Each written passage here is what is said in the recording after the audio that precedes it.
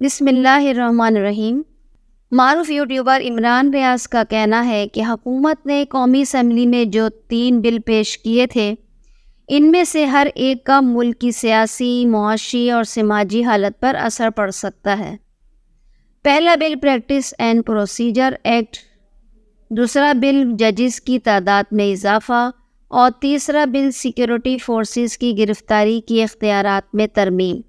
عمران ریاض نے پہلے بل practice and procedure act کی بات کرتے ہوئے کہا کہ یہ ایک ایسا قانون ہے جو عدالتوں میں طریقہ کار کی وضاحت کرتا ہے۔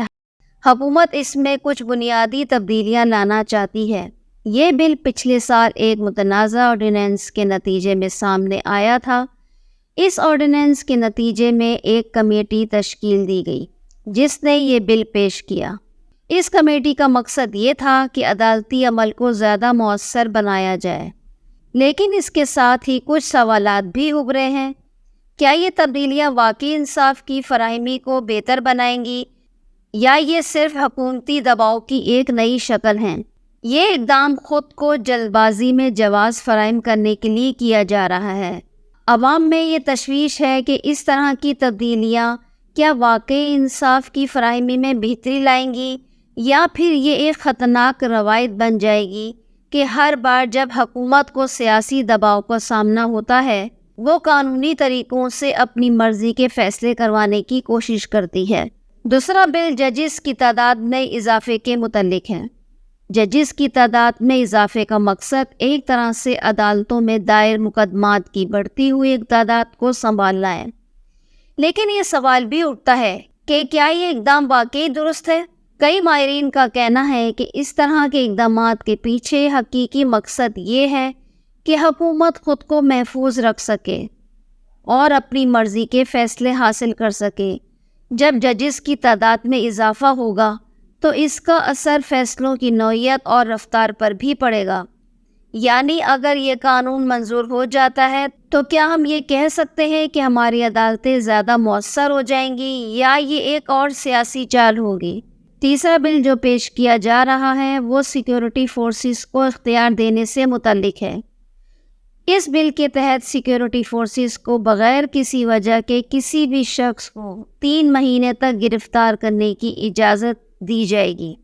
یہ قانون بنیادی طور پر حکومت کی طاقت کو بڑھانے کا ذریعہ بن سکتا ہے۔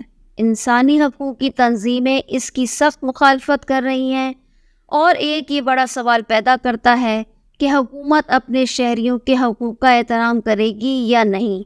پاکستان تحریک انصاف کے کارکنوں نے ان بلوں کے خلاف بڑے مظاہرے شروع کر دیے ہیں۔ ان مظاہروں میں عوام کی بڑی تعداد شریک ہو رہی ہے جو ان تبدیلیوں کے خلاف اپنی آواز بلند کر رہے ہیں۔ خاص طور پر برطانیہ میں پاکستانیوں نے ایک بڑا مظاہرہ کیا جہاں انہوں نے عمران خان کی رہائی اور عوامی حقوق کی بحالی کے لیے آواز اٹھائی۔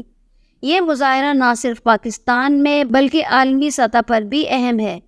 عمران ریاض نے کہا کہ عمران خان اپنی حالیہ ٹویٹ میں 3 اہم مطالبات پیش کیے ہیں۔ نمبر 1 قانون کی حکمرانی، نمبر 2 سیاسی قیدیوں کی رہائی اور نمبر 3 چوری شدہ مینٹینٹ کی واپسی۔ یہ مطالبات اس بات کی علامت ہے کہ عوام کی طاقت اب دبانے کے لیے نہیں رک سکتی۔ عوام کے یہ مطالبات اس بات کا ثبوت ہے کہ وہ اپنی آواز بلند کرنے کے لیے تیار ہیں، چاہے اس کے لیے انہیں کسی بھی چیلنج کا سامنا کیوں نہ کرنا پڑے۔ ان بلوں کے بارے میں بین الاقوامی سطح پر بھی تشویش پائی جا رہی ہے۔